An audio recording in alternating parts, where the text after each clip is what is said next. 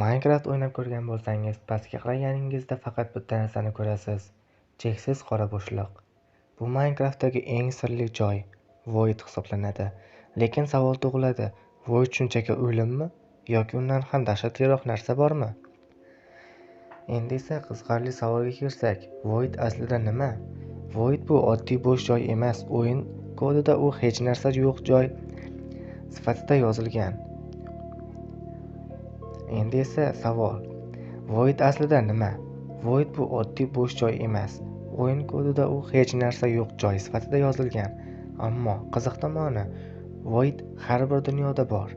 Overworldda, Netherda, hatto End Dimensionda ham bor. Bu nimani anglatadi?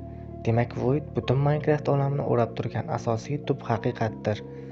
Ba'zi nazariyalarga ko'ra, Void bu o'yin dunyosining tashqarisi, ya'ni siz yashayotgan Minecraft dunyo shunchaki yaratilgan qatlamdir. End Dimensionga qarasak, u yerda deyarli to'liq Void ustida joylashgan.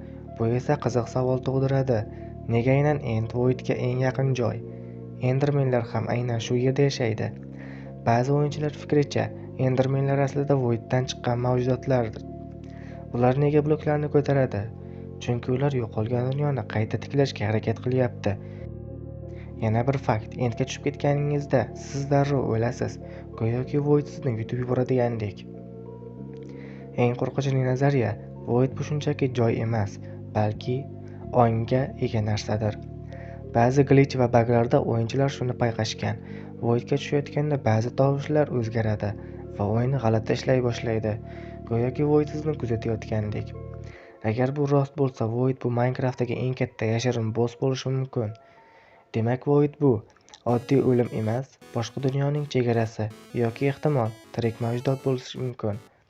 Keyingi safar pastga qarasangiz, shunchaki sakramang, chunki balki u yerda kimdir sizni kutayotgandir. Shu va shunga o'xshash videolar chiqishini xohlasangiz, kanalga obuna bo'ling, videoga like bosing.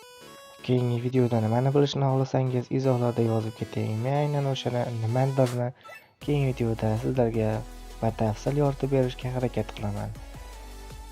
Xullas, sog' bo'ling, salomat bo'ling.